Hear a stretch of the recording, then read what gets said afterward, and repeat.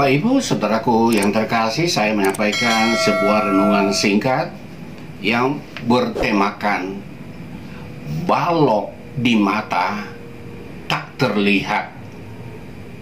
Saya membacakan ayat firman Tuhan dari Matius pasal 7 ayat 3 dan ayat yang keempat. Mengapakah engkau melihat selumbar di mata saudaramu, sedangkan balok di dalam matamu tidak engkau ketahui? Bagaimanakah engkau dapat berkata kepada saudaramu, biarlah aku mengeluarkan selumbar itu dari matamu, padahal ada balok di dalam matamu? Saya lanjutkan dengan ayat yang kelima. Hai orang munafik, keluarkanlah dahulu balok dari matamu, maka engkau akan melihat dengan jelas untuk mengeluarkan selumbar itu dari mata saudaramu. Saudaraku, inilah pengajaran Yesus Kristus. Ia berbicara tentang balok dan selumbar. Selumbar itu bagaikan serbuk halus, serpihan halus dari kayu, dan bila mana itu kena di mata seseorang, itu sangat perih dan mengganggu.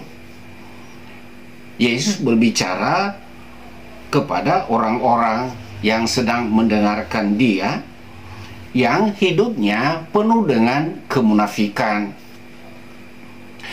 Mereka sangat rajin untuk melihat kehidupan orang lain, melihat kekurangannya, melihat kelemahannya, dan mereka cenderung menghakimi. Sementara kehidupannya sangat amburadul, sangat bobrok. Yesus mengumpamakannya bagaikan balok di mata.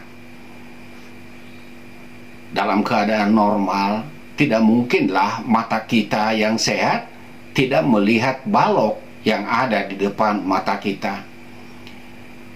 Mata yang sehat, yang kelihatannya sehat dan sampai tidak melihat balok, itu menunjukkan kebutaan. Itulah sebabnya kalau orang buta, sekalipun ada barang lebih besar daripada balok, ia pasti tidak bisa melihat. Yesus mengatakan hal ini menuju kepada kebutaan rohani seseorang.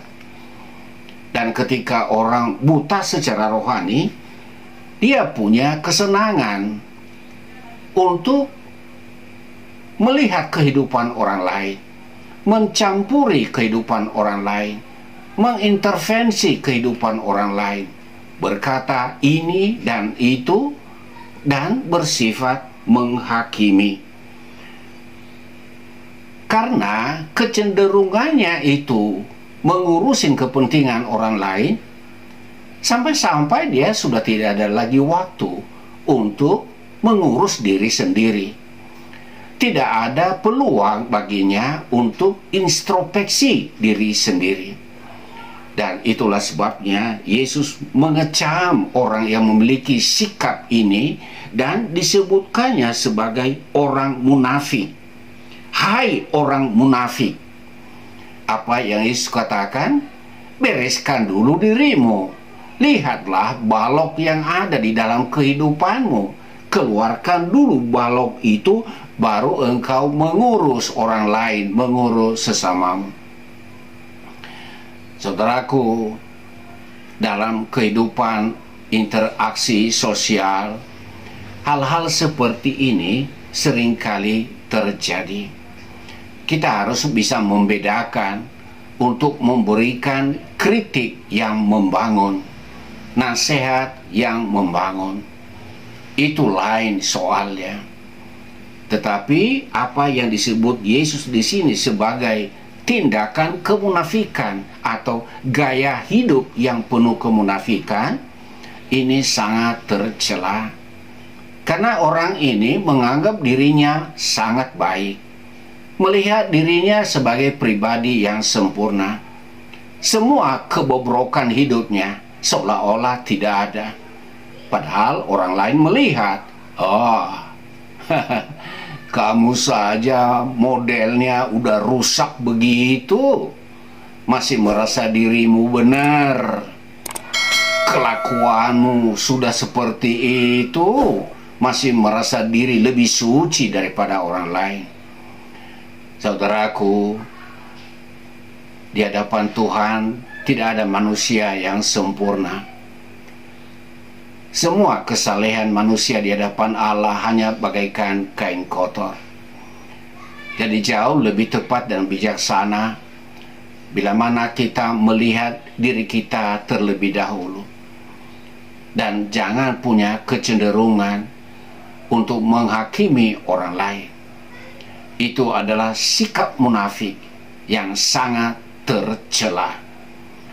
Semoga di antara kita tidak ada orang yang hidup munafik. Lebih baik menjadi orang yang rendah hati, melihat di mana letak kekurangan, keterbatasan, dan kita berupaya untuk memberdayakan diri kita, meningkatkan kapasitas diri kita, sehingga kita bisa bertumbuh dari hari ke hari menjadi orang yang dewasa, berkenan kepada Tuhan. Kiranya renungan singkat ini menolong kita untuk tidak menjadi hakim yang munafik dalam menghakimi sesama. Tuhan memberkati.